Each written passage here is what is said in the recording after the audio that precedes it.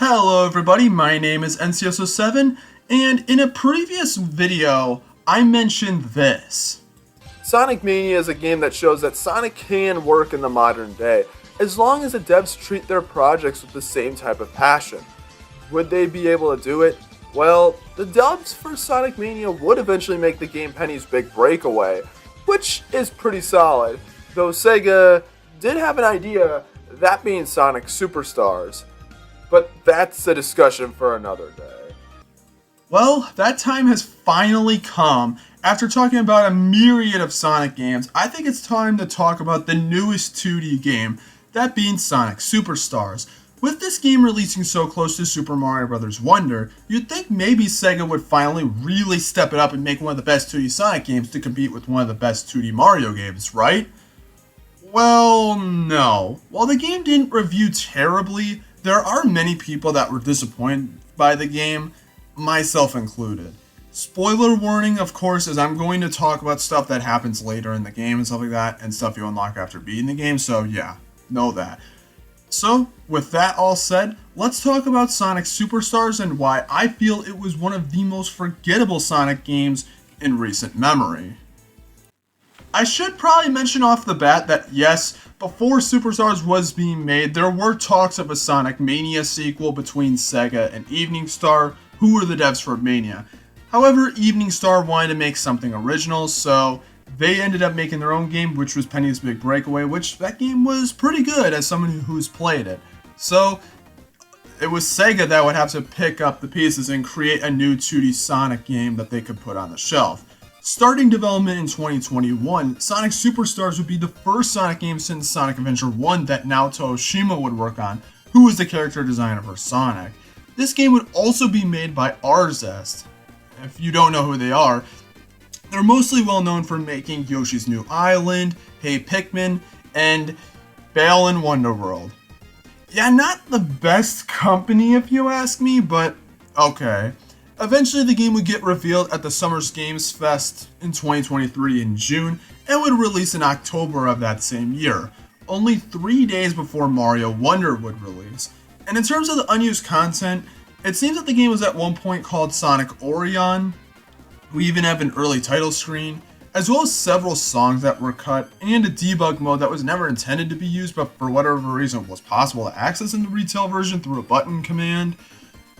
Yeah, that's pretty much it. Not a whole lot of stuff, but still some interesting things in there. But let's get to the game itself and how it plays. So this game is basically if you made Sonic 4 better. Not amazing, but better. So to first touch on how the game controls, as I'm sure you know how classic Sonic games play, getting from point A to point B, I'm going to be completely honest, I'm not really the biggest on the control here. Not in terms of the button layout, as all of that is fine, but more so the physics, because they feel very similar to that of Sonic 4, where Sonic just doesn't move that fast quickly. It takes longer for him to build up his speed. And while this game does have several sections where you do go fast, it does feel awkward from going from a standstill to moving. Is it just me feeling this way, or are other people experiencing the same thing? Let me know down below. This is only really a thing when you're at a standstill and then you start moving. It takes him so long to start moving. I don't really know. It didn't feel that much at all when I played the older Genesis Sonic games or Sonic Mania. I don't know if it's just me. I'm not too sure. The main new mechanic this game offers gameplay-wise are the Emerald powers that you get after getting each Chaos Emerald, which allows you to do stuff like spawn a bunch of Sonics in or find hidden platforms, and these are fine. I mean, it's cool that like each Chaos Emerald gives you like something new, so that's fine. And speaking of the Chaos Emeralds, it's similar to Sonic 3 where you have to find the big ring locations on each stage to go to the special stages where you have to grapple your way to the Emerald. And these special stages aren't the worst, but they're also not my favorite, and I always feel like I have the worst luck on these, as I barely ever get anywhere in these. And there's also the other special stages where it's more like Sonic 1's special stages with more boards. These are for collecting coins which are useful in the battle mode shop, which I'll get to later. As for the levels themselves, I'm not going to go through all of them as not all of them are that interesting to me. So I'm just going to note the most interesting levels. Bridge Island, which is the first level, is pretty solid. I mean, it's similar to that of other starting zones in Sonic games, but I think it's kind of nice. It looks really nice too. Speed Jungle is fun. It has a good amount of fast sections. Pinball Carnival is nice to look at and is a nice callback to Casino Night from Sonic 2. Cyber Station, despite being one level, is one of the most creative levels with how the level looks. It also just plays very differently where you change different forms and stuff like that. I like that. Frozen Base is decent enough for a snow level, and the Egg Fortress, the last level, is okay. Though that final boss was a piece of shit. I barely had any time to finish it. They give you like barely any time. So I just listed half of the zones in the game, but like all the other zones are either okay to me or to me just aren't interesting. It also doesn't help that some of these zones only have one level to them and just being a longer version than a normal level, so it drags some of the levels out. It also doesn't help that a lot of the zones in this game are just kind of just repeats of what we've seen before. Bridge Island, it's very clearly just the Green Hill or Emerald Hill. Pinball Carnival, it's very clearly just Casino Night, and so on and so forth. A lot of the zones in this game are just kind of rehashes of previous zone themes, which is fine, but still. And overall, the zones aren't that bad, but it just feels like after the first 4 or so zones, I feel like the game just delves into more mediocre territory. While the main game itself is fine, that's the thing. It's fine. Compare that to Mania, where every level in that game was at least decent. And considering I feel like the controls are worse here, it makes the levels not nearly as fun to go through. At least for me. However, there is other content besides the main game, such as Trip's story, which unlocks after beating the main game, which is just a harder version of the main game, and while yeah, it has a different final boss, I don't care enough to replay the whole game on a harder difficulty. And there's the time attack mode, which is fine, and the battle mode, where you can use the coins you collect in the main game to purchase cosmetics for the battle mode, and only the battle mode, which is really weird. As for this mode itself, it's whatever. I'm gonna be completely honest, I really didn't give it much of a try at all. It's clearly meant to be played with other people, and it, to me, just exists. And that's pretty much all the content in the game. While yes, the game has its fun moments, I feel like this game just doesn't feel nearly as good as the other classic Sonic games. I mean, yeah, it isn't Sonic 4 levels of bad, but it still isn't that great. Sure, some levels are good, but most of them just kind of exist, and the other content outside the main game is just there, and that's the issue with this game.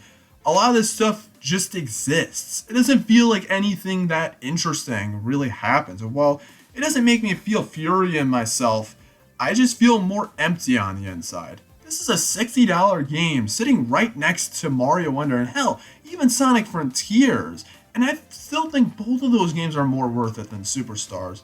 The gameplay overall is just there. It's not anything we haven't seen before. I will say that the visuals are probably the best thing this game has to offer, as everything in this game looks so good. The new 3D style that we saw with Classic Sonic and Generations has been taken to a new level. Each area of the game has so much color and fun. It just looks so good. The characters also look really good, and the animation is pretty solid. I played on PlayStation 5, so I never really had any issues with performance, though. Other versions may have problems, but for me, this game ran buttery smooth, just how I like it. Really look at the game. I think you can tell it's absolute joy to look at, and to me, the game's biggest strength. So in this section, I'm going to touch on some things that I feel I don't really have that much to say on them. First off is the story, and the story of the game is fine. It's about Eggman doing what he normally does, except he also has Fang, who finally made a return in this game after a long absence, as well as a new character, Trip, where both of them working at his side, at least until later in the game when Trip joins Sonic's army. The story is more of just a means to go through the game, so whatever. The second thing I want to mention is the music. Now, you probably heard online that the music for the game is terrible, and yeah, the music isn't the best. One of the most notable songs for this is the first boss theme, as it just sounds bad, and I'm playing it in the background right now, and you can tell that it's just kind of ugh. And while not all songs are like this, I honestly don't remember any of the songs from the soundtrack, which is a shame since Mania had a god-tier soundtrack. And lastly, can I just say that the DLC is kind of weird? I mean, I love that they have like Lego versions of the characters and like the Shadow skin for Sonic, but why are some skins like the comic book skins just not available and you have to use mods to use them? Seriously, Sega, what the hell? But that's really it for this section. now it's time to get my final thoughts on this game out of the way. Sonic Superstars just doesn't feel that interesting of a game. Hence why I mentioned at the beginning of the video that this game feels forgettable. The game does some things right, just like how its predecessors did the same things right, and those games had their own unique charm to them. Whether it was the levels in Mania, the story of 3 and Knuckles, or the wacky music of CD, and more. It almost feels like the new Super Mario Bros. Of the Sonic series, where it just feels generic and like the kind of game that can get half-baked sequels pumped out constantly. Will that happen? Probably not.